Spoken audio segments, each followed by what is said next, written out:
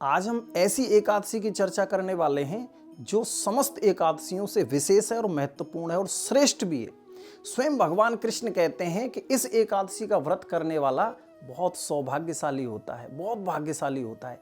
इस व्रत में एक विशेषता है, इसके नियम भी अलग हैं, पूजन भी अलग है, इसका फल भी अलग है।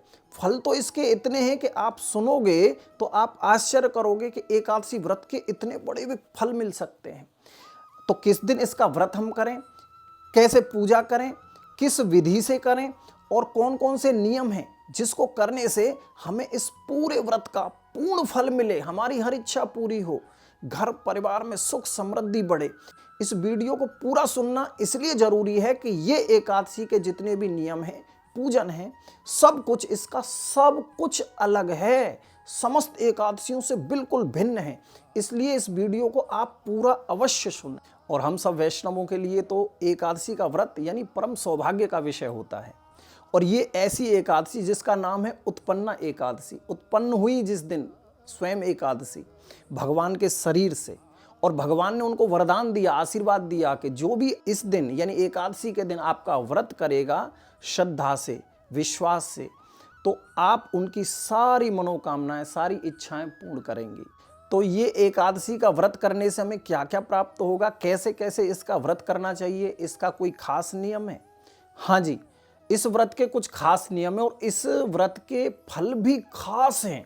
और ऐसे ऐसे फल दिए हैं कि भगवान स्वयं कह रहे हैं कि जो मनुष्य श्रद्धा और विश्वास से एकादशी का व्रत करेंगे यानी इस उत्पन्ना एकादशी का, उन्हें शंखोद्धार तीर्थ में स्नान करके जो भगवान का दर्शन करने से फल प्राप्त होता है, वह इस एकादशी के व्रत के 16वें भाग से ही मिल जाता है। और इस दिन दान देने का 1,00,000 गुना फल होता है, संक्रांति से 4,00,000 गुना फल, और सूर्य चंद्र ग्रहण में स्नान दान से जो पुण्य प्राप्त होता है, वही पुण्य इस एकादशी के व्रत से प्राप्त हो जाता है। भगवान कृष्ण स्वयं कह रहे हैं कि अश्वमेघ यज्ञ करने से 100 गुना तथा 1,00,000 तपस्वियों को 60 वर्ष तक भोजन कराने से 10 गुना, 10 ब्राह्मणों अथवा 100 ब्रह्मचारियों को भोजन कराने से 1000 गुना पुण्य भूमि दान करने से होता है।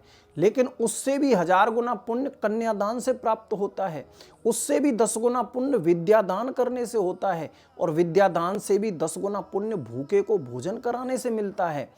अन्नदान के समान इस संसार में ऐसा कोई कार्य नहीं जिससे देवता और पितृ दोनों तृप्त होते हों, परंतु एकादशी के व्रत का पुण्य इन सब से भी अधिक होता है। ये स्वयं भगवान कृष्ण कहते हैं।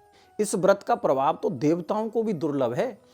तो इसकी विधि क्या है ये जान लेते हैं, इसके नियम क्या है, व्रत कैसे रखा जाना चाहिए जिससे हमें पूरा फल मिले।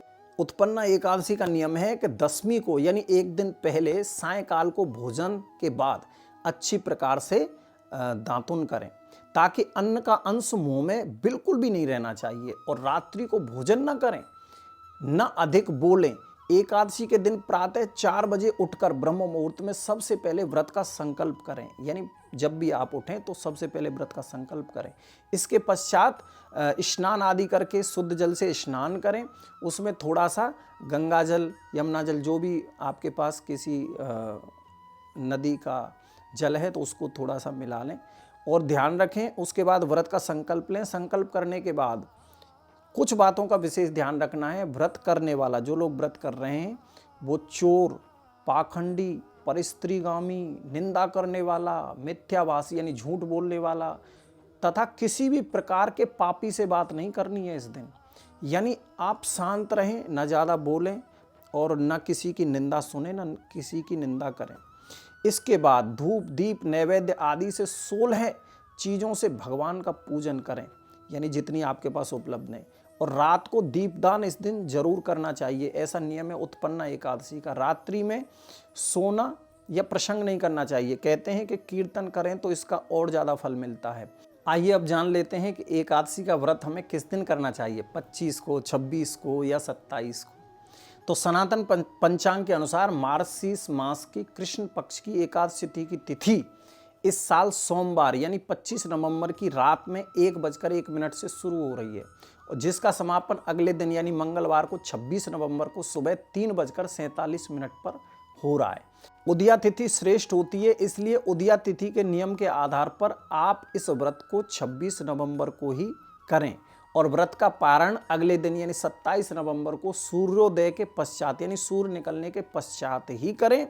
और पारण करते समय ध्यान रखें, आप सबसे पहले तुलसी का पत्ता यानी स्नान आदि से फ्री होके भगवान की पूजा वूजा करके तो जब व्रत का पारण करें तो तुलसी का पत्ता अपने मुख में डालकर उसको चबाएं नहीं, उसको निगल जाएं पानी साथ में लेके।